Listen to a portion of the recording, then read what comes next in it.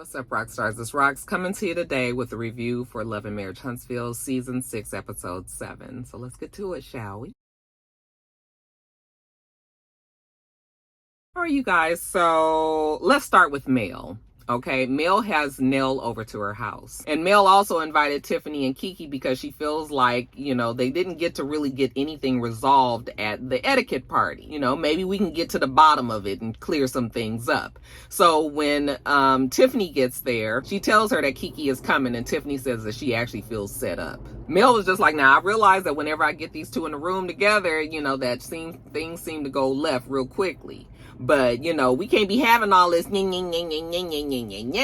time we get together with these two. So let's see if we can get this clear. So when Kiki gets there, they sit down, they talk. Kiki says that she is not going to fight, that she's not even normally a fighter. But something about the way that Tiffany expresses herself, it pushes her buttons and everything. And next thing you know, she ready to pop off. So she knows that about herself. So she's trying to keep that in check. And Mel was like, okay, and how will you do that? And she's going to breathe. And she's going to think before she speaks. But you know what? Tiffany says a lot of things that pisses her off. And Tiffany knows that she does this. She does want to apologize because, that whole thing that she said the night before about at least I know who my father is. She said that she did not use that as a dig. She would never use that as a dig. I said, that's bullshit. You definitely used it as a dig. It was received the way that you meant for it to be received. That definitely was a dig. But if you want to say it wasn't, fine. So she says that she's sorry. And Tiffany says, okay, well, I just kind of feel like yesterday you weren't listening,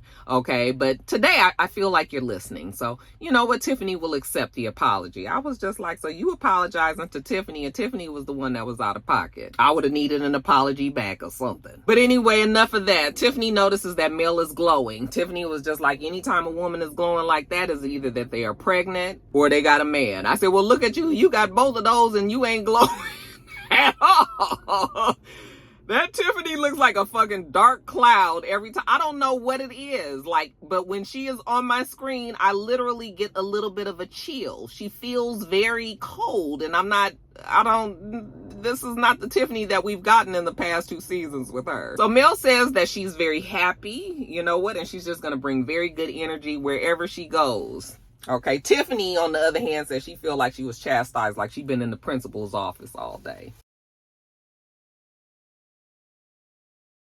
Now, next, let's jump over to Kimmy and Tisha and Stormy. So they went to dinner together. And they all sit down, and of course, we're talking about the etiquette party and how it really didn't feel like, as far as Stormy is concerned, Stormy was like, I didn't feel like I learned anything new. Okay, it didn't feel like anybody could communicate well. Tisha says it feels like Mel and Stormy are still in a bad place. That didn't fix their communication issues either. So yeah, Stormy says she's straight on the T's. Like, she don't need to be having nobody tell her how she's supposed to be, how she's supposed to act. But she can't be going around at these damn pompous ass parties that Mel gets a thrill from. Hey, speaking of Mel, are you and Mel good? And Stormy says, well, she feels like her and Mel are good. She was like, I feel like all that stuff that happened is in the past. I was like, but you don't know, on this show, nothing stays in the past. Everything continues to be present, even all of the past issues. Kimmy says she liked the idea of them communicating well, that actually is a good thing that they went to that tea. So she enjoyed it. However, in actuality, she's not really sure if it still fixed the communication issues. So then they start talking about Tiffany and Kiki, and Stormy was like, yeah, she don't really know Tiffany, but she was shocked at the way that Tiffany was acting, at the party. But she said that, what, Tiffany actually had text her one time, and she was, she was talking about Letitia. How Letitia, man, he don't respect her and he don't listen to her, and she's just basically the owner in name, on paper only, but in actuality Marcel don't involve her in anything, which is all probably true. But still, Tiffany talking to Stormy about it, of course, looks messy. So Letitia was just like, what? Why she say that about? What else did she say? Oh, how you can't control your man and you do whatever he tell you. She was just like, well, my man don't control me. Like, my man don't even know where I'm at right now, but he trusts me enough to be wherever I'm gonna be. I don't have to report to him all the time. And so Tisha started telling them all, girl, you ain't gotta tell us, we just telling you what Tiffany said. But she was just like, she need to worry about her own marriage since there's rumors out about hers. I said, well, what's the rumors? We ain't even seen Lewis, and we on episode 7. We ain't seen that man all season. All we seen is old Tiffany's dark cloud ass just raining on our screens every weekend. So while Stormy was telling Letitia that, you can tell she's getting annoyed by this, and Kimmy was just like, that Tiffany better be careful, okay? Because don't let the smooth taste fool you. Just because we've all deemed Tisha not really the smartest, honey, she will definitely come back at you. This ain't the same Letitia from season 1, so Tiffany might want to be careful. And then lastly, you guys, Martell. So the show actually opened with Martell going to go look at the event space where his cover launch party is going to be. You guys remember he's going to be on the Upscale magazine cover. Okay, so he's looking out checking out the event space. We've got Maggie there. She's taking them around, giving them a tour, showing them around. And Martell tells us, I've invited all of my friends, all my family. I've invited my friend girl, Cherie, and we are all looking forward to having a good time. Okay, his friend girl. Not girlfriend, which is funny, okay, because people are all going on and on about these two not really being in a relationship, not having any chemistry and all that. I don't really pick up any chemistry. I don't really believe that they are in a relationship together. I do believe that they are homeboy and homegirl. I think that they probably like each other that way, just hanging out, having a good time. I mean, maybe could fool around every now and then, but I don't think it's anything serious. No. These two settling down together, no, I don't see it. Okay, I think it's more of a, I'm gonna help you out on your storyline, and then in reverse, the other one is gonna help the other one out on their storyline. That's what this more feels like, okay? But they look good together, and they look like they have a good time, so we'll give them that. So anyway, he's still on the tour. Maggie asked him a couple of questions about the magazine. She don't give a damn, but she got to make sure she closed this sale. Then they're finished, so he calls Sheree, hey, how you doing? And she was just like, oh, hey, how you? I'm doing good. And I'm just making sure that you're still coming. Oh, yeah, I'm still coming. I just got my hair done. I'm on my way home. The traffic is so bad, but she'll be there. Don't worry. So let's take it to the cover party. Everybody comes. All the who's who on Love and Marriage Huntsville. That would mean all the couples with the exception of Mel. She won't be there. But everybody else is arriving. Everybody else is dressed to the nines. They've got a step and repeat, red carpet, all of that. Stormy's still not sure what to make of Tiffany. She says she feel like she might be messy. I said, and that would be correct. Tiffany and Kiki, they do greet each other. And that turned out to be okay. So, so far so good. They were surprised. And Tiffany was just like, well, me and Kiki, we went to lunch after the etiquette party. And so, we were able to talk then. Oh, okay. How did that go? She said, well, it went well, so then Stormy starts to talk about, I said, Stormy, all this at the party. Let me tell you, Stormy whipped them girls up in that circle. Stormy was just like, we was talking and, it was talking about how Tiffany, had texted Kiki. Well, Tiffany was saying that she didn't know Kiki, but Kiki kept on maintaining that she did know her. Kiki, well, she did know me because one time she liked some comment that Kiki had made. Well, it wasn't a comment that Kiki made. It was a comment that one of the viewers had made where it said, Kiki is about to spill all the beans about Letitia. We got to keep her on the show. Layman's terms, but that's basically what it was. And Tiffany liked the comment. That comment was going to Carlos King. So they felt like Tiffany liking that comment was being messy. Okay. And Tiffany was just like, how am I being messy? I was just liking the fact that somebody said we got to keep Kiki on the show. Okay. Oh, so you was liking the part about keeping Kiki on the show, but not about the part that she's gonna tell Carlos King everything. Yeah, just one part, not the whole sentence. Nope, not the whole sentence. Well, anyway, that seems to be the proof that Kiki has that Tiffany knows who she is. Okay. And Tiffany was just like, I know of you. I never said I ain't never seen you or heard of you in my damn life. I just said that I don't know you. But Kiki's whole point was, but I do know you. I do know. I was just like, okay, that don't even matter no more. Well, Letitia want to know what exactly is your problem, Tiffany, with Letitia. So then Tiffany look over at Letitia like, girl, I got to tear you down too. Now, what's wrong with you? Letitia don't like the fact that she talking about her marriage, her man, her money, her job. Don't be having none of that in your mouth. You don't know enough about it. All this. Tiffany is looking like, oh God, it was stupid. The fact that Tiffany is damn near 9 months pregnant and sitting up there arguing with these women was ridiculous, because it was just like, girl, I know you got something to do. You ain't got no nesting to do at the house. No, nothing need to be rearranged. No furniture moved around, repainting, getting the nursery together, you know, hanging up the baby clothes, ironing, washing. None of that. You so busy up here fussing with these people.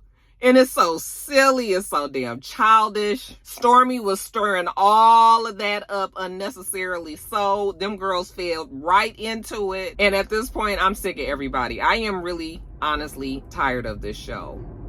Like, I'm actually hoping that Love and Marriage Detroit does well, where I feel actually comfortable enough to maybe even drop Huntsville. I just...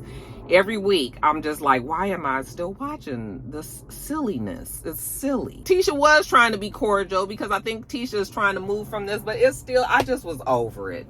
Okay? That damn Kiki still wanted to fight Tiffany. Got to going off on it. This girl is cuckoo as a cuckoo bird, you know, and then finally Letitia was just like, come on, you know, like, come over here, let's calm down. You know, you can't be calling the pregnant lady cuckoo. Fuck that pregnant bitch. I don't give a damn that she's pregnant. If she over here arguing with me, then I'm gonna argue back with her ass, okay? That's what Kiki wanna say. Stormy was just like, no, you're gonna calm down because it's a pregnant lady. And I was just like, bitch can give it, then she can get it too. I'm not saying fight her, but she better be glad that they on a TV show and she got the right one there. Get one of the wrong ones there. It would have been different, okay? And they decided they're going to table that for another time. Now, Martell makes it there with Sheree. You could tell they both was looking like, ooh, we are the couple of the hour, okay? And, of course, everybody was happy to see it. You could see them damn women's mouths almost dripping with water. They wanted to get to Sheree so bad. They just was just like, she's here. But what's funny is that they weren't really talking to Sheree. Sheree was there like a fucking fish out of water. Martell was working the room, going around saying hi to all his people, and Sheree don't know them people. So she just sort of looking and looking and looking. I was just like, girl, I would have took it to the bathroom, sat on the toilet for a little while, and then came on back out later. But, so while she over there looking dazed and confused by herself, but Tiffany was just like, well, this must be my cue. I'm gonna go fuck with Sheree now. But before we get to that, Martell gets up on the microphone. He thanks everybody for coming, you know, this, that, and the other. Very reminiscent of his speech that he gave when he released his wine or whatever. And then we get through that, okay? Kimmy and Maurice noticed that there's no chemistry between Martell and Sheree. It looks more like a business relationship, because I think that's probably what it is. Okay. But anyway, back to Tiffany. So Tiffany goes up to Sheree and was just like, hey, you got a minute? And Sheree was just like, oh, sure. Finally, something to do. Okay. Yes, I can go sit down with you. I was just like, oh, Sheree. Now, I'm going to need the Sheree, the messiest Sheree that we know, to be in this scene. Of course, we didn't get that Sheree, but that's the one I wanted. We needed to match mess for mess. Okay, I told you guys on Twitter that Sheree's karma came back in the form of Tiffany, because we've seen Sheree put people on the spot and say shit just outlandish right in their face just to get a reaction. So now it's Tiffany's turn. So Tiffany said that she's not afraid to ask the question. So you know what? Let's interview the bitch. Now, I know that Mel is not here, but have you met her? And Sheree was just like, well, no, I don't know her. I've never met her. So, oh, you never met her? I'm going to need you to meet her. You know, you're going to be around my kids and you mean to tell me, girl, I just haven't met her. It's not to that point yet. I mean, I'm sure I probably will, but I haven't met her yet. Okay? I'm just like, why are you sitting here entertaining her? I know you agreed to sit down and talk, but that first question, the way that Tiffany was coming at me, I'd have been like, okay, girl, whatever. I'll see you later. But no, we continue on. Sheree starts to tell her, well, I did meet her once before. You know, she was at one of my book signings. She was at a book signing that I had. Oh, so you do know her then. Girl, you know her and you messing with her man. No, I don't know her. I know of her. She was there with her little girl. You know, we took a picture with, oh, you guys are friends. No, we're not friends. Oh, well, girl, I need you guys to meet. Well, I mean, if it gets to that point, we will eventually. Thank you. Well, you know, what about Martell? Do you think that he still has feelings for Mel? So then we get the montage of everybody saying how Mel and Martell, you know, he still loves her and all of that. And they show the clip of Carlos crying on the reunion and all of that. And so I guess that's proof that Martell is still in love with Mel. So Sheree was just like, no, actually, I don't think that he is. Okay, I don't think that he still wants to be with her. And, you know, Tiffany just rolls her eyes like, girl, really? Are you serious? It's funny because I mean, it's clear that Martell and Mel are not going to be back together. I don't even know if I feel like Martell, his version of loving Mel, I don't think is really love. I think that Martell wants to be able to control Mel. And I think the fact that she is completely out of his life romantically, this is the only way that he's able to be in her life and be in control still, is with the kids and all. So he uses whatever he can to still be around her, but it's a really sick version of love, if that's what we're going to be calling it. So yeah, Tiffany tells her that it's obvious to her that he still loves Mel, and it's obvious to the viewers of the show and all of that. So then Tiffany starts to tell her, give her the example about how they was at the party and how Martell was following Mel around like a little puppy dog and wanting to talk to her and doing all of this. And did she know about that? And she feels like he be doing too much when it comes to Mel, like he still cares too much about her. Okay, so Sheree was just like, I mean, he's a gentleman, so he should care about his ex-wife. You know, that's the mother of his kids. They have 4 kids together. Like, the man that I know, of course, he wouldn't just hate his ex-wife. Well, what do you think about him being a cheater? So, like, how do you feel about, you know, dating somebody who's considered like a serial cheater? And then she was like, okay, so I do watch your show. And Tiffany was like, and she's like, and you cheated too. Okay. Which was a pretty good comeback. I wanted her to go so much further and deeper on that, but she didn't. She was still trying to be nice. And I was like, Sheree, this is not the time to be nice. Okay, give to Tiffany what she is giving to you. She was just like, you know, everybody has a past. I'm not concerned about what he's done in the past. As long as he treats me well, he does, you know, good to me. We have a good time, you know, and I can trust him. Like, that's all that Sheree is worried about today. Tiffany is looking at her like, oh, girl, well, you stupid if you thinking that. Tiffany is looking at her like she's crazy. And I was just like, you are such a better person than me. There's absolutely no way that I would have entertained Tiffany any of that time. Tiffany was being a fucking mess. And all I could say is, thank God nobody had to fight the pregnant woman that day. Next day, Sheree goes to visit Martell. Hey, how you doing? Oh, I'm doing good. Did you have a good time? Yes, I did. I had a good time. You know, did you have a good time? Yes, Martell did as well. His mom had a good time. You know, she just came and picked up the kids. Okay, good. Well, Sheree wanted to talk to you a little bit. You know, how he thinks everything is going. And Martell was just like, you know, as far as the kids are concerned, you know, everything is going well. If Mel and I could just iron out a couple of other things, then, you know, it'll be smooth sailing. Now, Martell is in the confessional. He's telling us, you know, Sheree, she's a good woman. Okay, she knows how to cater to her man. She is submissive to her man.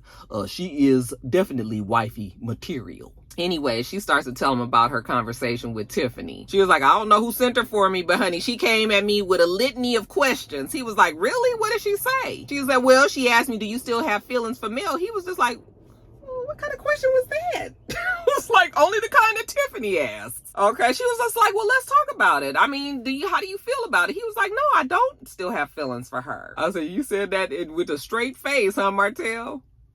We all know that Martell would take Mel back. But he was just like, no, I don't. And she was just like, see, that's what I told her. I didn't think that you did. She told her about him following Mel around at that party. And he was just like, what? Yes, she said all of this. And he was just like, well, Sheree, you know what kind of man I am. I'm going to make sure that a woman walks safely. You know, of course, it's my ex-wife, but any woman. I'm not going to want them to just be walking out in the dark by themselves and things like that. I'm always going to be protective and making sure people are good. And Mel was the mother of his child. Well, what I'm saying is when the person expresses to you that, no, thank you, we don't want you to do anything, then that is your cue to get away from them. You continuing to put your presence around them when they've asked you to leave them alone, now you've harassed them.